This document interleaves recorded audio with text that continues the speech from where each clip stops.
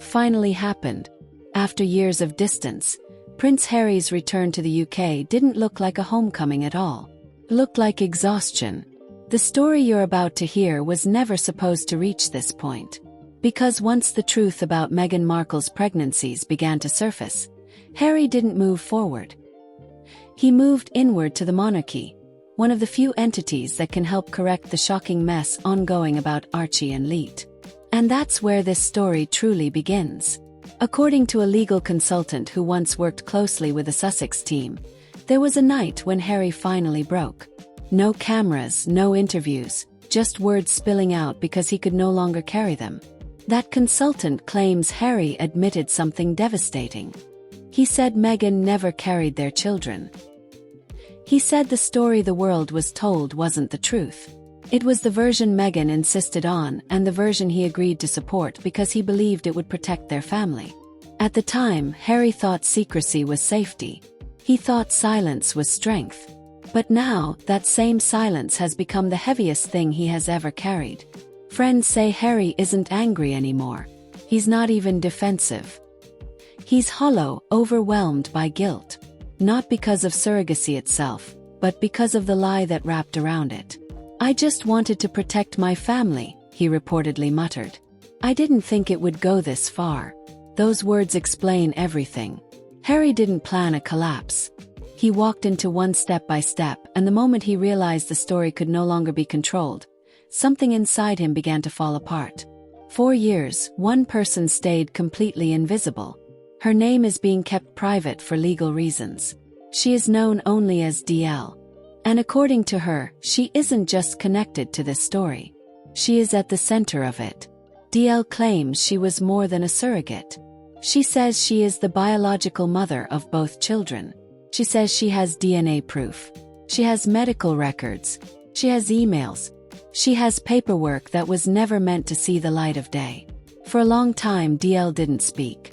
She lived under strict non-disclosure agreements that told her to stay silent, stay hidden, and never exist publicly.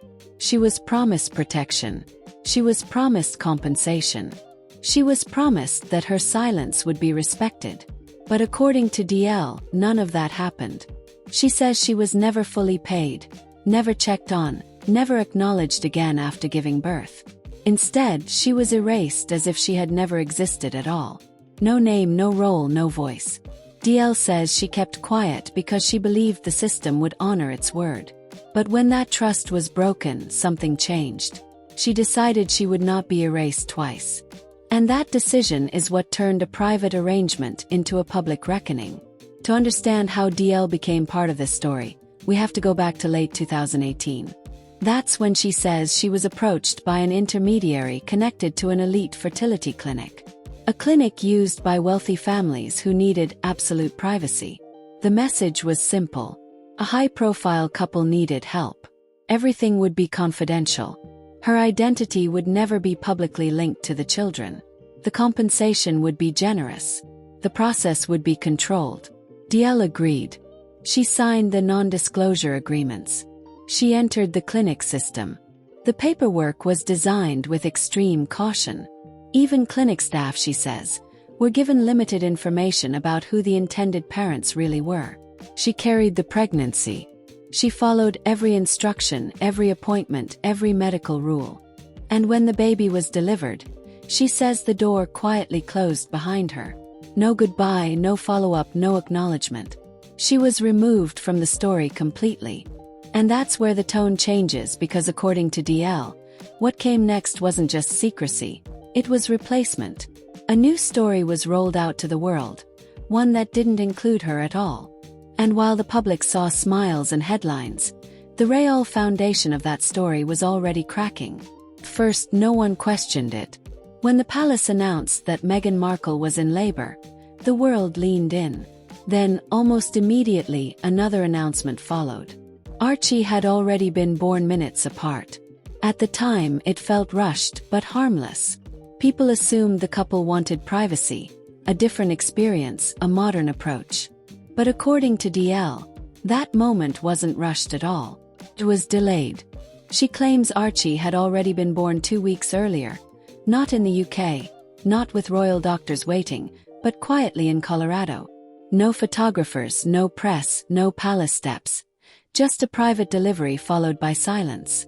If that claim is true, then the famous moment when Harry and Meghan stepped out to present their newborn wasn't an introduction.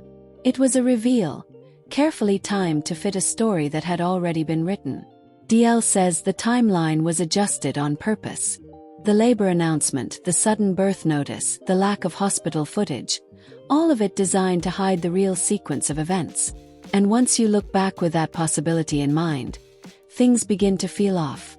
Meghan appeared days later looking perfectly rested, standing tall, wearing heels, no visible signs of recovery. At the time, people praised her strength, her grace. But DL offers a different explanation. She says Meghan hadn't gone through labor at all. If that's true, then the moment the world celebrated wasn't a private choice. It was a performance. One meant to present Meghan as a new mother without ever showing the physical reality of childbirth. And that's when the story stops being emotional and starts becoming procedural, because hiding a pregnancy doesn't just affect photos, it affects paperwork. According to DL, this is where everything became dangerous. She says her name does not appear on any medical document the public would ever see. Not on discharge forms, not on birth certificates, not on any official record tied to Archie. And she claims that wasn't an accident. She says she was told directly, "No trace of you can remain, not even a signature." If that instruction was followed, then the story wasn't just hidden. It was legally reconstructed. What makes this even more unsettling is what happened months later. Archie's birth certificate was quietly changed. Meghan's name was removed. When questions were asked, the explanation given was simple, a clerical adjustment. At the time, most people accepted that answer. But placed next to DL's account, that change takes on a different meaning.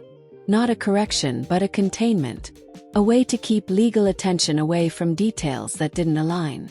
DL claims the system around her was designed to erase her completely. Payments routed through intermediaries, clinic records sealed, legal structures built to make it look like she had never existed. But she didn't walk away empty-handed. She kept everything. The agreements, the emails, the clinic receipts. Because her silence, she believed, was part of a contract. And when that contract was broken, she kept the proof. What began as a private arrangement had now become a paper trail waiting to be followed. At this point, the story stops being personal. It becomes constitutional. Royal succession isn't symbolic. It's legal. It requires lineage to be traceable, documented, and verifiable. That chain is not flexible. It doesn't bend for modern storytelling or private arrangements. If Meghan Markle did not legally give birth to the children, and if no official surrogacy disclosure was made, then the entire structure becomes unstable. Titles can be challenged. Documents can be questioned. Authority can be forced to intervene. And that's why this story matters far beyond the Sussex household. According to insiders, the palace is not afraid of embarrassment. It's afraid of precedent, because if the official records don't match real events, accusations of misrepresentation can follow. Parliament may be forced to ask questions. International documentation, especially involving a US birth, could be examined for accuracy. This is no longer about whether someone carried a child. It's about whether the monarchy itself was built on a story it believed was true. And once that question enters the room, silence stops being a choice. It becomes a warning. Something strange happens when powerful institutions feel cornered. They don't argue. They don't explain. They stop talking. That is exactly what is happening now. There have been no denials from the palace. No confirmations either. No carefully worded statements. Just silence. The kind of silence that doesn't feel calm. Feels tense. Behind closed doors, advisors are reportedly working late into the night. Lawyers are combing through every detail of the Sussex narrative, not looking for spin, but for risk. Not asking how bad this looks, but how far it could go. Because if DL steps forward with even part of the evidence she claims to have, this won't be handled by public relations teams. It will be handled by law.